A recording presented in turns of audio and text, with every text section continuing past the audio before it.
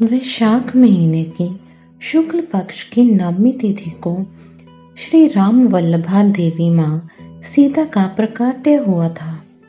इसीलिए इस तिथि को जानकी नवमी और सीता नवमी के नाम से जाना जाता है।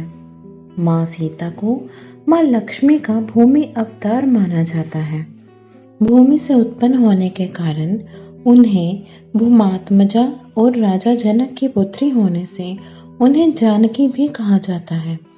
आज उनके प्राकट्य दिवस के अवसर पर उनके जन्म से जुड़ी उन पौराणिक कथाओं पर बात करते हैं जो अपने आप में कई रहस्यों से भरी है।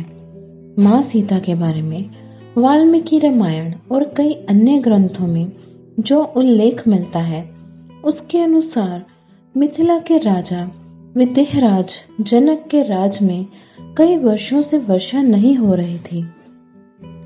इससे चिंतित होकर राजा जनक ने जब ऋषियों से सलाह ली और उन्होंने उपाय के रूप में बताया कि जब महाराज स्वयं हल चलाएं तो इंद्रदेव की कृपा से वर्षा हो सकती है।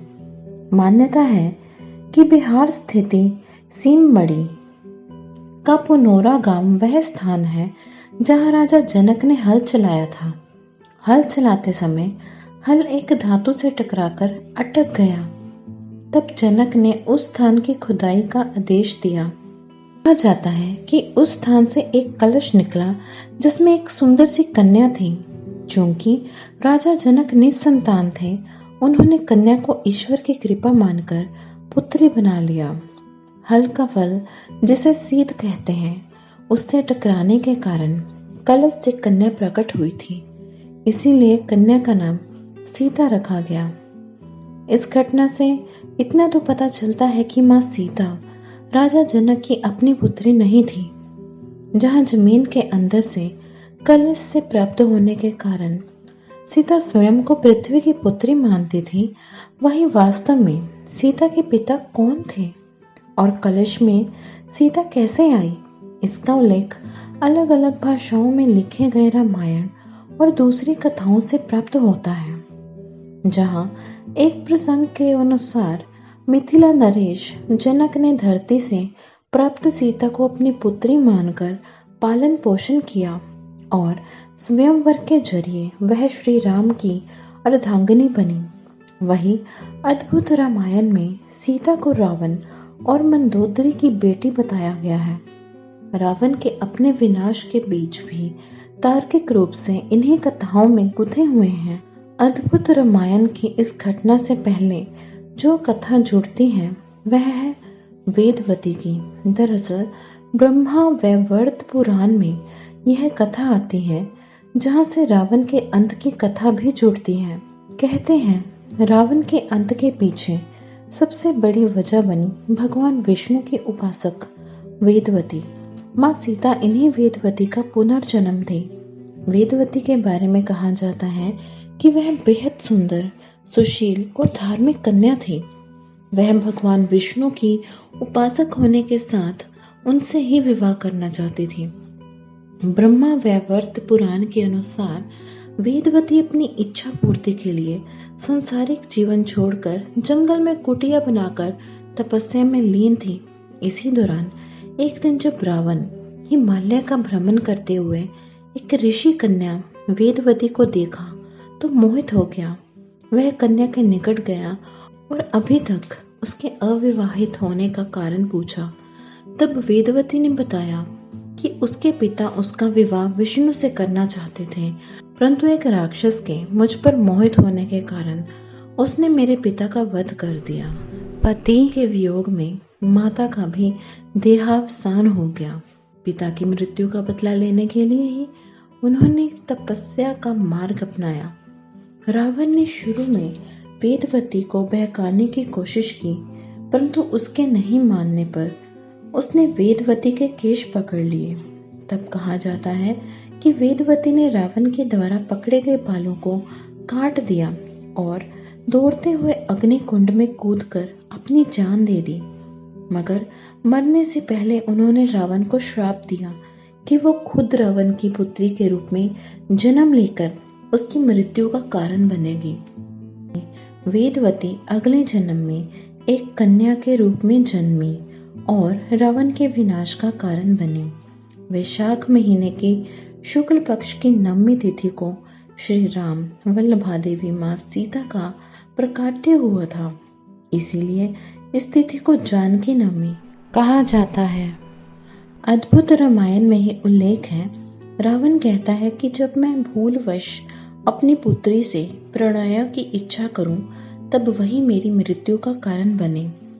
अद्भुत रामायण के प्रसंग के अनुसार ही दंडकारण्य में गृत्समद नाम का एक ब्राह्मण था, जो मां लक्ष्मी को पुत्री रूप में पाने की कामना से प्रतिदिन एक कलश में कुश के अग्रभाग से मंत्रोच्चारण के साथ दूध की बूंदें समर्पित करता था। कहते हैं उस समय देव असुरों के बीच संग्राम चलता रहता था। कभी असुर देवों पर तो कभी देव असुरों पर आक्रमण करते रहते थे। उसी बीच किसी दिन रावण उस ब्राह्मण की कुटिया पर पहुंच गया। उस समय गृत्समद वहां उपस्थित नहीं थे। इसका फायदा उठाकर रावण ने आश्रम के अन्य ब्राह्मणों और ऋषियों को मारकर उनके रक्त को उसी कलश में भर लिया।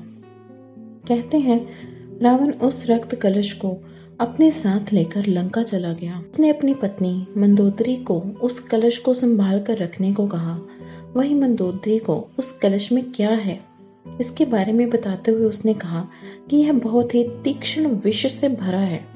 जब कुछ दिनों के बाद रावण विहार के उद्देश्य से सह्याद्री पर्वत पर चला गया तो मंदोदरी को पसंद नहीं थी।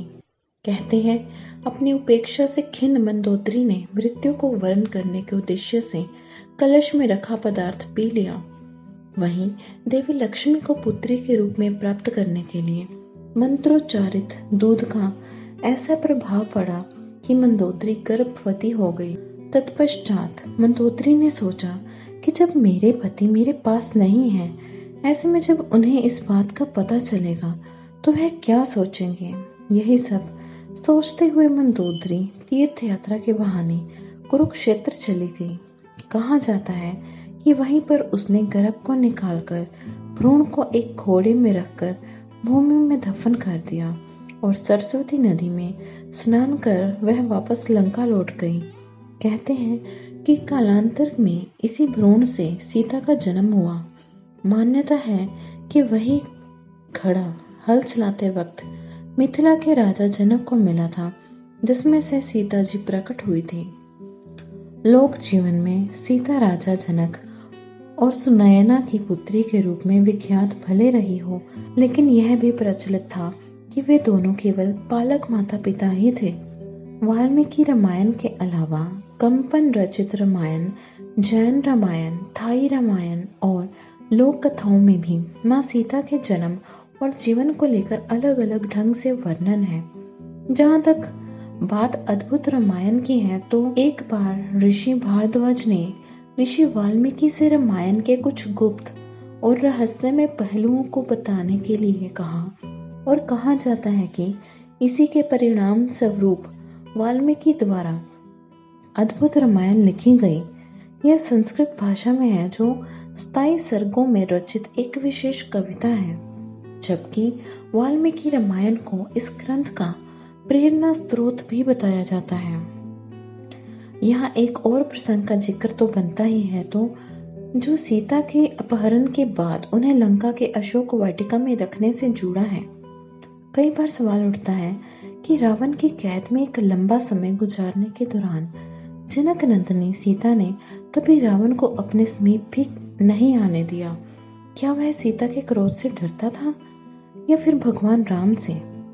वह किसी वचन में बंधा था या फिर वह श्राप था जिससे वह सीता से दूर रहने के लिए बाध्य था? आलीशान महल, सोने की लंका को छोड़कर उसने क्यों सीता को अशोक वाटिका में रखा? इस सवाल का जवाब भी पुराणों में मिलता है। कहते हैं रावण की सोने की लंका का निर्माण कुबेर ने किया था। यह भव्य और विशाल तो था ही, लेकिन इतना आकर्षक भी था कि जो इसे देखता बस देखता ही रह जाता। लेकिन फिर भी सीता का हरण करने के बाद रावण ने उन्हें लंका के किसी महल में नहीं बल्कि वाटिका में इसीलिए रखा क्योंकि वह नल कुबेर के श्राप से भयभीत था। इस श्राप से जुड़ा जो प्रसंग है उसके अनुसार स्वर्ग की खूबसूरत अप्सरा रंभा कुबेर के पुत्र नल कुबेर से मिलने धरती पर आई थी और कहते हैं कि जब रावण की दृष्टि रंभा पर पड़ी तो वह उसके सौंदर्य पर मुग्ध हो गया। रंभा ने उसे कहा भी कि वह नल कुबेर की होने वाली पत्नी है। उनका सम्मान नहीं किया और रंभा के साथ दुर्व्यवहार किया। जब इस बात की खबर नल कुबेर को मिली तो उसने रावण को श्राप दे दिया कि जब भी वह कभी किसी स्त्री को बिना उसकी स्वीकृति के छुएगा या फिर अपने महल में जबरदस्ती रखने की कोशिश करेगा तो वह उसी क्षण भस्म हो जाएगा। कहते हैं कि इसी श्राप की वजह से रावण ने बिना सीता की स्वीकृति के ना तो उन्हें स्पर्श किया और ना ही उन्हें अपने महल में रखा। Please like and subscribe this channel. धन्यवाद।